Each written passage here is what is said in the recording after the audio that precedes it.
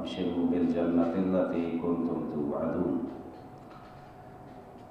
میں شکریہ ادا کرتا ہوں ملی یکجہتی کونسل کے زیر اہتمام ہمارے برادر مکرم جناب ثاقب اکبر صاحب کے ادارے البصیرہ نے یہ خوبصورت محفل سجائی ہے، اور خوبصورت نام جو ہمارے سابقہ ملی یکجہتی کونسل کے سربراہ اور پاکستان کی ایک بہت بڑی شخصیت جن نے پاکستان میں امن، اتحاد، بھائی چارے کو فروغ دیا، جناب قاضی حسین احمد مرحوم، انہوں نے یہ آغاز کیا تھا کہ یوم قدس اور یوم پاکستان ایک دن منایا جائے، اور جمعۃ الوداع ظاہر یوم قدس کے حوالے سے ہوتا ہے، تو 27 رمضان کو چونکہ پاکستان کی صورت میں اللہ تعالیٰ نے ہمیں یہ خوبصورت نعمت عطا کی ہے اور یہ ہدیہ الہی ہے۔ میں جب یہ جملہ کہتا ہوں مختلف جگہوں پہ تو میں ساتھ یہ بھی کہتا ہوں کہ 1947 کا دور اگر آپ دیکھیں، یوم قدس کے جو بانی ہیں حضرت امام خمینی رحمۃ اللہ علیہ، انہی کے جملے یہ ہیں انگلستان کے بارے میں۔ وہ فرماتے تھے انگلستان استعمار پیر است، یعنی بوڑھا استعمار اور بوڑھا سامراج۔ استعمار پیر کا مراد ہے جتنی سامراجی قوتیں، ان کا باپ تھا انگلستان، بڑی سامراجی قوت تھا جس نے بر صغیر پاک و ہند پہ اتنا عرصہ مسلط رہا اور اپنی پالیسیاں اور اپنی فکر اور اپنی سوچ چلانے کی کوشش کی۔ پاکستان سے کچھ جوان گئے تھے حضرت امام خمینی رحمۃ اللہ علیہ کو ملنے کے لیے، اور وہ ایک تاریخی جملہ ان کا، چونکہ یہ جو گئے تھے یہ پینٹ شرٹ میں نہیں گئے تھے، یہ اپنے پاکستانی لباس میں گئے سارے، تو انہوں نے بڑی خوشی کا اظہار کرتے ہوئے یہ فرمایا کہ جتنا انگلستان ہم پہ مسلط رہا اس سے زیادہ پاکستان پہ مسلط رہا، ہندوستان اور پاکستان متحدہ ہندوستان پہ مسلط رہا، لیکن اللہ کا شکر ہے کہ تمہارا کلچر اور تمہاری ثقافت اتنی مضبوط ہے کہ تم نے اس جو کلچر تھا، ثقافت تھی، اس کو اپنے اوپر مسلط نہیں ہونے دیا۔ آج بھی تم اپنے اس اصلی جو لباس ہے آپ کا، اس میں آپ لوگ آئے ہو میرے پاس، تو اس پہ انہوں نے خوشی کا اظہار کیا تھا۔ تو میں یہ کہتا ہوں کہ پاکستان جو ہم نے بنایا تھا، میں انتہائی مختصر کروں گا چند جملے، پاکستان جو ہم نے بنایا تھا اس وقت، اس استعمار پیر اور اس بوڑھے سامراج اور سامراجی قوتیں جتنی ہیں، ان کا اصل استاد اور جو ان کا ماسٹر مائنڈ تھا وہ انگلستان تھا، اس کے خلاف لڑ کر ہم نے آزادی حاصل کی تھی۔ اور آزادی کیسی حاصل کی؟ یہ نہیں کہ اپنے ملک میں، اپنے ملک سے استعمار اور سامراجی ایجنڈوں کو نکالا، نہیں، ہم نے ایک ملک چھینا اور دنیا کے نقشے پہ لا الہ الا اللہ محمد رسول اللہ کے نام پہ ایک نئے ملک کا اضافہ کیا، اور اس میں جو ہدف رکھا گیا تھا، جو ٹارگٹ رکھا گیا تھا، وہ یہ کہ یہاں ہم اپنے نظریے کے مطابق اپنے قوانین بنائیں گے، اپنا آئین بنائیں گے۔ لیکن بات وہی ہے کہ وہ جو بوڑھا استعمار ہے اور آج تک ان کی سازشیں جاری ہیں، بے شک وہ پیچھے چلے گئے اور آج وہ محدود ہو گئے، لیکن میں سمجھتا ہوں آج بھی جو سامراجی قوتیں ہیں ان کے وہی اصول جو انگلستان کے تھے وہ آج بھی چل رہے ہیں، اور وہ ان کی سب سے بڑی جو ہیلہ ہے، جو سازش ہے، جو مکر ہے، وہ یہ ہے کہ امت کو کسی نہ کسی طرح تقسیم کرتے رہیں۔ آج وفاقی شرعی عدالت میں جو ایک طویل مدت سے انسداد سود کے لیے مقدمہ زیر بحث تھا، وفاقی شرعی عدالت کے تینوں جج حضرات نے متفقہ طور پر بڑا کمپریہنسو اور ہر پہلو کے بارے میں ایک بڑی وضاحت کے ساتھ ایک جامع فیصلہ دیا ہے۔ اس پر ہم اللہ کا شکر بھی ادا کرتے ہیں، ججز کو ان کی ہمت اور موجودہ حالات میں اس جرت کے فیصلے پر بھی مبارکباد پیش کرتے ہیں۔ مجھے یاد ہے 1991 میں جب ہم نے یہ پٹیشن دائر کی تھی، اور اس کی وجہ یہ بنی تھی کہ جسٹس تنزیل الرحمان رحمۃ اللہ علیہ اسلامی نظریاتی کونسل کے چیئرمین بنے۔ انہوں نے بہت محنت کے ساتھ سود کے خاتمے اور اسلام کے معاشی نظام کے لیے ایک بڑی ہی جامع سفارشات تیار کی۔ پھر جب اس پہ اعتراض لگا تو یہ معاملہ وفاقی شرعی عدالت میں آیا۔ پھر وفاقی شرعی عدالت میں بھی وہ خود بھی جج تھے اور جسٹس آفتاب حسین بھی جج تھے، ان سب نے بھی اسلامی نظریاتی کونسل کی ان سفارشات سے اتفاق کیا۔ لیکن اس فیصلے کے بعد پھر جو ہے کہ ریاست بھی اور کچھ ادارے بھی اپیل میں چلے گئے، اور اس اپیل کی بنیاد پر سپریم کورٹ کی سپریم اپیلیٹ بینچ جو ہے اس نے سود کے خاتمے اور آئین پاکستان کے مطابق ربا کے خاتمے کے لیے فیصلہ دیا۔ پھر نواز شریف صاحب وزیر اعظم تھے 1991 میں، تو انہوں نے براہ راست نہیں بلکہ بینکوں کو آگے کر کے، کچھ کاروباری لوگوں کو آگے کر کے سپریم کورٹ میں اپیل کی، اور سپریم کورٹ میں اس کے لیے ایک اسٹے آرڈر دے دیا گیا اور اس پہ عمل درآمد روک دیا گیا۔ شاید اسلامی جمہوری اتحاد میں ہم بھی حصہ تھے، اور اس مرحلے پر نواز شریف یا اسلامی جمہوری اتحاد سے جماعت اسلامی کے نکلنے کی ایک وجہ یہ بھی بنی تھی کہ جو کام اس وقت اسلامی جمہوری اتحاد کو کرنا چاہیے تھا، بلکہ اپنے قیام کے مقاصد سے علی رغم اس اپیل کے لیے ریاست نے سرپرستی کی۔ پھر یہ ایک مسلسل ہماری کوششیں جاری رہیں، علماء بھی، وکلاء بھی، ماہرین بھی، اور جو اس پر پورا ایک ایمان اور یقین رکھتے ہیں انہوں نے پوری محنت کی، اور بالآخر سپریم کورٹ سے ہی اسے وفاقی شرعی عدالت کی طرف ریمانڈ کیا گیا، ریفر بیک کیا گیا، اور پھر یہ پوری مدت جو ہے وہاں مسلسل 2016 کے بعد سے یہ بحث چلتی رہی ہے۔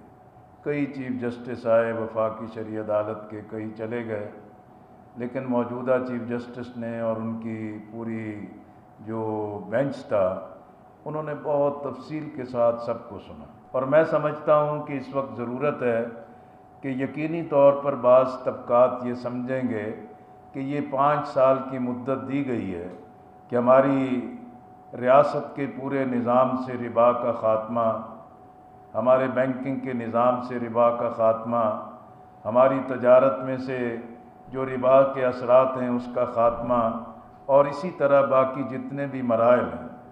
اور میں سمجھتا ہوں کہ یقینی طور پر اس کے لیے کچھ وقت کی ضرورت تو ہوگی، لیکن 5 سال کے انتظار میں بیٹھے رہیں اور یہ 5 سال پھر گزار دیے جائیں اور ملک کو نئے مسائل سے دوچار کر دیا جائے۔ آج ہم IMF کے ہاتھوں تنگ ہیں، FATF کی ذلت کو برداشت کر رہے ہیں، دنیا بھر کے سامنے ہم کشکول لیے پھرتے ہیں۔ آج نئے وزیر اعظم بھی بیرون ملک پہلے دورے پہ گئے ہیں، اور نوید یہی سنائی جا رہی ہے کہ ہمارے کشکول میں پہلے سے زیادہ ڈالر پڑیں گے، پہلے سے زیادہ رقم ہمیں ملے گی۔ اس سے بڑی اور کیا ذلت ہو سکتی ہے؟ اس سے بڑی کیا اور ہماری بے اہمیتی ہو سکتی ہے؟ اللہ نے ہمیں پھر اس بات کا موقع دیا ہے کہ ہم خودداری کے ساتھ، خود انحصاری کے ساتھ، ایمانی غیرت کے ساتھ اور قرآن و سنت کی روشنی میں اپنے وسائل پر اعتماد، اپنی قوم پر اعتماد اور اپنی انسانی صلاحیتوں پر اعتماد کے ساتھ اس ملک کے معاشی نظام کو باہر کی بے ساکھیوں سے نہیں، اپنی اعتماد کی طاقت کے ساتھ اس کو سہارا دیں۔ اور اللہ نے پاکستان کو نعمتوں سے مالا مال کیا ہے، ہم اپنے قدموں پہ کھڑے ہو سکتے ہیں، ہم اپنی بنیاد کو مضبوط کر سکتے ہیں، اور ہم اپنے مقاصد کی تکمیل کے لیے اللہ کے دیے وسائل سے اپنے آپ کو مستحکم کر سکتے ہیں۔ أكبر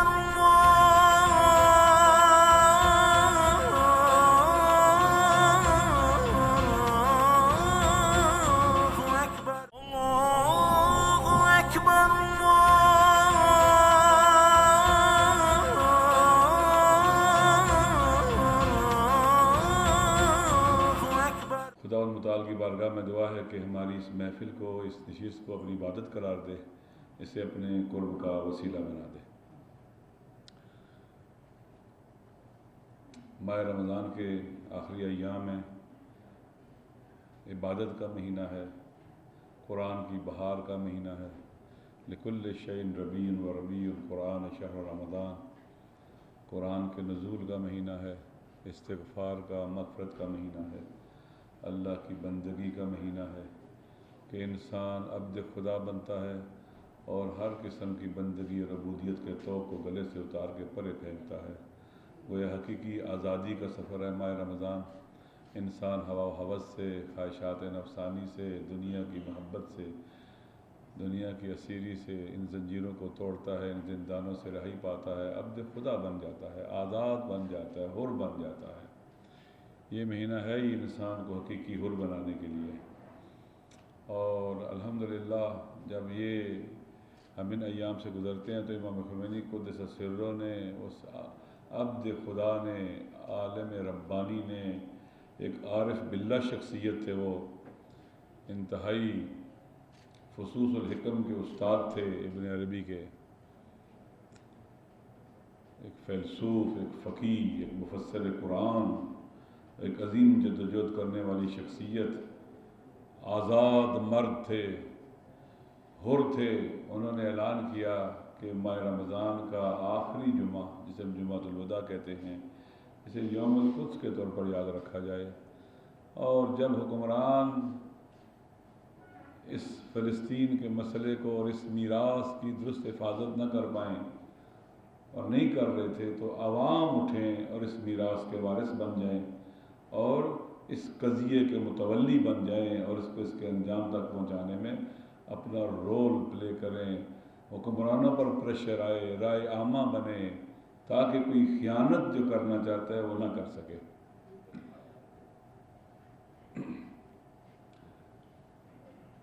آج اسرائیل کس حالت میں ہے اس میں کوئی شک نہیں ہے۔ ایک الیجیٹیمیٹ رجیم ہے، اللیگل رجیم ہے، ظالم ہے، قاتل ہے۔ اس کا جب آغاز ہوتا ہے کس قدر بربریت ہے، قتل و غارت گری ہے اور ظاہری فتوحات بھی ہیں۔ مد مقابل آنے والے شکست کھا رہے ہیں، کئی عرب ممالک مل کر شکست کھا جاتے ہیں اس سے۔ امریکہ، عالمی استکباری قوتیں، یورپ اور ان کے الائز ان کا ساتھ دیتے ہیں ہر قسم کا، اور مسلمانوں کے دل میں ایک ناسور اور ایک ٹیومر کو ایجاد کرتے ہیں، ایک سرطان کو ایجاد کرتے ہیں۔ لیکن آج اسرائیل کی کیا حالت ہے؟ گریٹر اسرائیل بننے کا خواب پاش پاش ہو چکا ہے، چکنا چور ہو چکا ہے۔ میں خود گیا ہوں وہاں بارڈر پر، جنوب لبنان جو اسرائیل کے ساتھ بارڈر لگتا ہے، مقبوضہ فلسطین، ہمارے لیے تو مقبوضہ فلسطین ہے، وہ بڑی بڑی دیواریں کھڑی کر رہا ہے اسرائیل، بڑی بڑی اونچی دیواریں، سیمنٹڈ۔ ڈیل آف سینچری شکست کھا چکی ہے، جنگ اسرائیل کے اندر جا چکی ہے، پولیٹیکلی انتہائی کمزور ملک بن چکا ہے، پولیٹیکلی سوسائٹی ڈیڈلی ڈیوائیڈڈ ہے، سوشلی ڈیوائیڈڈ ہے، مایوس اور نا امید ہے۔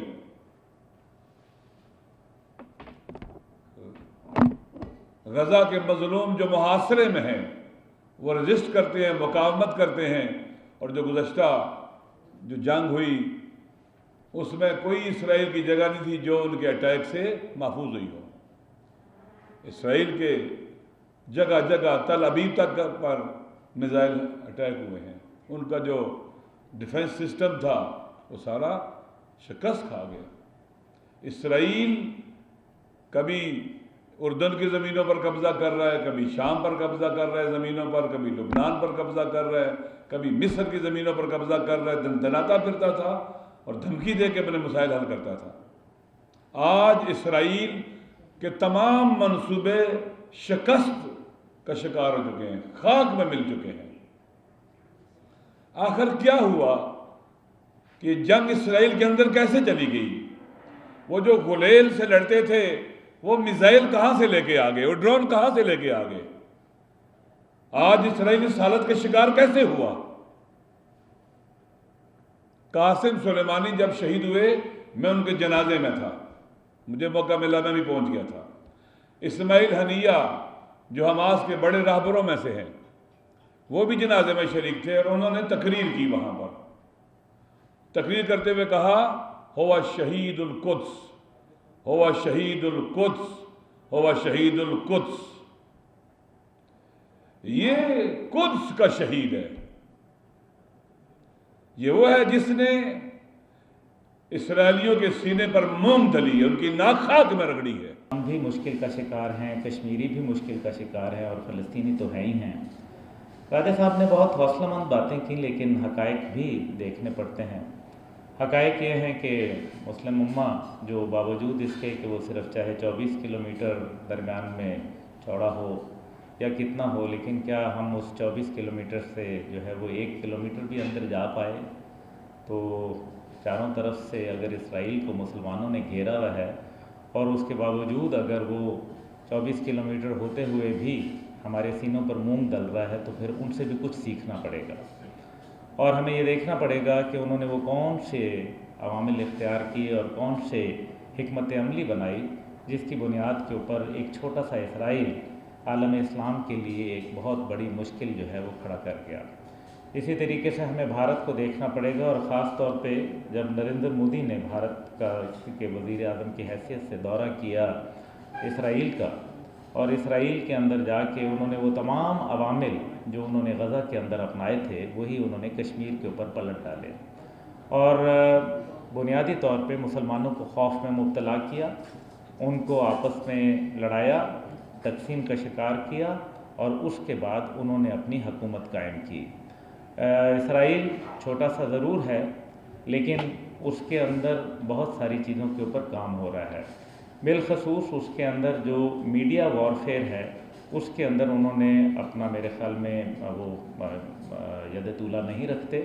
اس کی وجہ یہ ہے کہ جو آج امریکہ کا میڈیا ہے اور جو مغرب کے اندر جو میڈیا جن کا طوطی بولتا ہے وہ سارے کے سارے اس کے ہاتھ میں ہیں، اور اگر وہ اس کے ہاتھ میں ہیں تو کوئی وجوہات ضرور ہوں گی۔ انہوں نے اسی طرح معیشت کے اوپر اپنا بہت سکہ جمایا، اور یہی کام ہم بھارت کی طرف سے دیکھ رہے ہیں۔ بھارت اور اسرائیل یقیناً دو وہ تنہا ملک ہیں جن کے پاس اس ملک کے علاوہ کوئی اور جگہ نہیں ہے، اس لیے یہ دونوں ہر وقت خطرے کا شکار رہتے ہیں، اور خطرے کے شکار ہونے کی وجہ سے ان کے اندر جو سینس آف سیکیورٹی ہے وہ ہم سے کہیں زیادہ ہے، اور اسی کے نتیجے کے اندر موساد کہنے کو تو اگر نمبر گیم پہ دیکھا جائے تو تقریباً 3500 ان کی نمبر گیم ہے، لیکن 3500 میں موساد جو ہے وہ اصل میں ہر اسرائیلی کے گھر کے اندر زندہ ہے، اور ہر اسرائیلی کے اوپر یہ فرض ہے کہ اگر موساد کا آدمی کسی بھی یہودی کے گھر چلا جائے تو وہ تمام تر سہولیات جو اپنی اولاد کے لیے وہ فراہم کرتا ہے وہی موساد کے ایجنٹ کو فراہم کرنی ہے۔ لیکن آج ہم یہ دیکھ رہے ہیں کہ ہمارے ملک کے اندر جو بات ہو رہی ہے وہ آج پاکستان 2 لخت ہوا اور بنگلہ دیش بن گیا، لیکن مورد الزام آغا صاحب اس کو آپ ٹھہرا لیں، یحییٰ خان صاحب کو ٹھہرا لیں، مورد الزام صاحب جو ہے واحدی صاحب آپ بھٹو کو دے دیں، یا شیخ مجیب کو، انکل لیاقت، لیکن نقصان کس کا ہوا؟ پاکستان کا ہو گیا، پاکستان ٹوٹ گیا، اور وہ لوگ تو اپنے بعد میں اقتدار بھی کرتے رہے۔ ہمیں یہ دیکھنا ہے کہ دشمن کیا کرتا ہے، وہ ہمارے کیسے سینس کے ساتھ سائیکو جو پولیٹیکل وارفیئر ہے اس کو کیسے اپناتا ہے۔ تو یہ وہ چند چیزیں ہیں جن کو غور کرنا چاہیے۔ یقیناً القدس کے لیے ہم بہت سارے جذبات احساسات رکھتے ہیں، اور یقیناً فتح بھی ہوگی، لیکن ایٹ واٹ کاسٹ؟ بات یہ ہے افغانستان بھی جیت گیا، لیکن جو قیمت ادا کی، کیا وہ قیمت ادا کرنے کے لیے ہم تیار ہیں؟ اور جس طریقے سے آئے دن ڈیل آف دا سینچری کی بات ہوئی، یقیناً ڈیل آف دا سینچری کامیاب نہیں ہوئی، لیکن حقیقت یہ ہے کہ جنگ آج بھی انہوں نے آپ پر مسلط کی ہوئی ہے۔ آج عرب دنیا کو آپس میں لڑایا ہوا ہے، ان کے وسائل کو، ان کے معاملات کو، اگر یقیناً وہ تنہا ہیں تبھی تو وہ اپنے آپ کو ڈپلومیٹک آئسولیشن کے اندر نہیں لے کے جانا چاہتے، لیکن ڈپلومیٹک آئسولیشن جو ہے وہ ان کے خلاف کیوں کامیاب نہیں ہوئی؟ بات یہ ہے کہ آج عرب دنیا کیوں ان کے ساتھ کھڑی ہے۔ اعوذ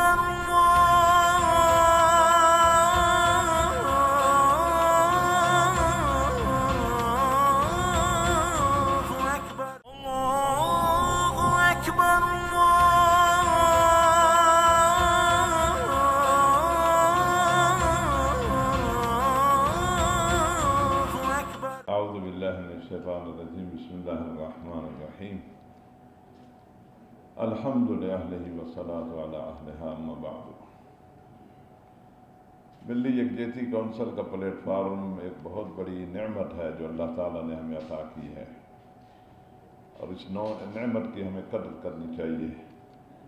اس پلیٹ فارم کے ذریعہ ہم مل بیٹھتے ہیں اور اسلام کے جو بہت اہم مسائل ہیں اس پر گفتگو ہوتی ہے۔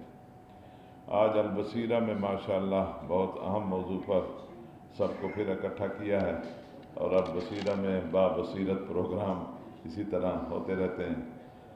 خدا ان کی توفیقات اور بڑھا دے۔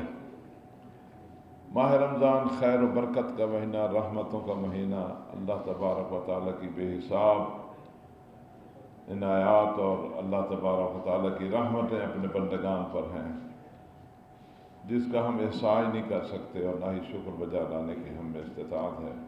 بس عاجزی کہ ہم تیری نعمتوں کا شکر بجا نہیں لا سکتے، یہی ایک انداز ہے شکر بجا لانے کا۔ اللہ تبارک و تعالیٰ نے اسی ماہ رمضان میں ہمیں پاکستان کی نعمت عطا کی، لیکن ہم نے اس نعمت کی قدر نہیں کی۔ قائد اعظم محمد علی جناح رحمۃ اللہ علیہ نے جو اہداف مقرر کیے تھے اور جو واضح بیانات دیے تھے، جس کی بہت عمدہ انداز سے ہمارے صفی صاحب جو ہے بیان کر رہے تھے، انہوں نے قائد اعظم محمد علی جناح رحمۃ اللہ علیہ کی باتیں یاد دلا دی۔ افسوس ہے کہ ہمیں بعد میں جو سیاسی قیادتیں نصیب ہوئیں، انہوں نے بالکل اس کے برعکس کام کیا، اور آج تک اسی طرح ہو رہا ہے۔ آج پھر ایک سیاسی لیڈر نکلا ہے کہ ہم پاکستان کو آزادی دلانا چاہتے ہیں۔ بس آزادی کیا دلاؤ گے؟ 3.5 سال سے زیادہ عرصہ تو حکومت کر لی، اس میں تو کوئی ایسا قدم نہیں اٹھایا جس میں ہم یہ کہہ سکیں کہ پاکستان کو معاشی غلامی سے آزاد کرنے کے لیے کوئی قدم اٹھایا گیا ہو، یا پاکستان کو باوقار بنانے کے لیے کوئی قدم اٹھایا گیا ہو۔ بہرحال ہمارا کام یہ ہے کہ ہم مایوس نہ ہوں۔ اللہ تبارک و تعالیٰ کا وعدہ ہے کہ جو مستضعف بندے میرے ہیں، میں ان کو اقتدار دوں گا اپنی زمین کا، اور انشاءاللہ وہ وقت جلد آئے گا کہ جب اللہ کی زمین پر اللہ کا نظام نافذ ہوگا۔ ہر دور میں امت مسلمہ کے ہر فرد پر یہ لازم رہا اور ہے کہ وہ اللہ کے نظام کے نفاذ کے لیے کوشاں ہو۔ پاکستان کی سرزمین اسلام کے نظام کے نفاذ کے لیے حاصل کی گئی تھی۔ ہماری ذمہ داری ہے کہ ہم اس کے نفاذ کی جد و جہد کریں۔ سود کے خاتمے کے لیے مسلسل جد و جہد علماء کی طرف سے رہی، اور جماعت اسلامی کو یہ کریڈٹ جاتا ہے کہ انہوں نے ہمت کی اور ایک فیصلہ آج عدالت سے بھی ہو گیا۔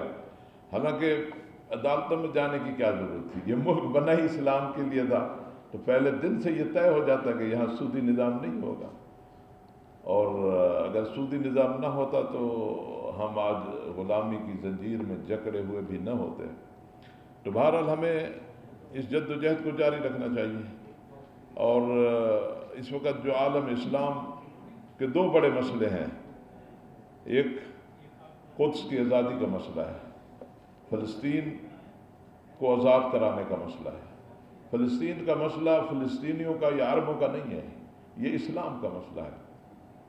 جو اس حالت میں رہے کہ مسلمانوں کے مسائل پر توجہ نہیں دیتا، اسے مسلمان ہونے کا حق ہی نہیں ہے، حدیث میں ہے۔ اور یہ اسلامی ذمہ داری ہے کہ ہم فلسطینیوں کے دکھ درد میں خود کو شریک رکھیں، اور ان کی آزادی کے لیے جو ہم اپنا کردار ادا کر سکتے ہیں کردار ادا کریں۔ ہم سلام پیش کرتے ہیں اس عظیم ہستی کو جسے امام خمینی رضوان اللہ تعالیٰ کے نام سے یاد کیا جاتا ہے، کہ انہوں نے سوئی ہوئی امت کو جگایا، اور انہوں نے بیت المقدس کی آزادی کے لیے عملی اقدامات کیے، اور ان کے جو جانشین ہیں آیت اللہ آقا خامنئی حفظہ اللہ، انہوں نے اس راستے کو برقرار رکھا ہے، اور فلسطینیوں کو اقتدار دلانے کے لیے، انہیں جہاد میں طاقتور بنانے کے لیے انہیں ہر قسم کی حمایت دی ہے، اور اسی وجہ سے فلسطینی پہلے سے زیادہ طاقت کے ساتھ اپنے دشمن کا مقابلہ کر رہے ہیں۔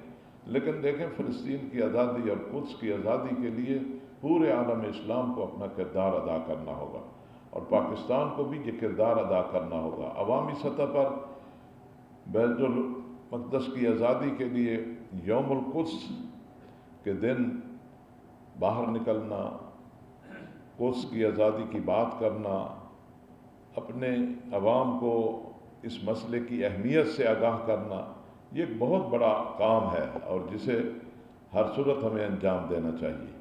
یہ دن مظلوموں کی آزادی کے لیے آواز اٹھانے کا دن ہے۔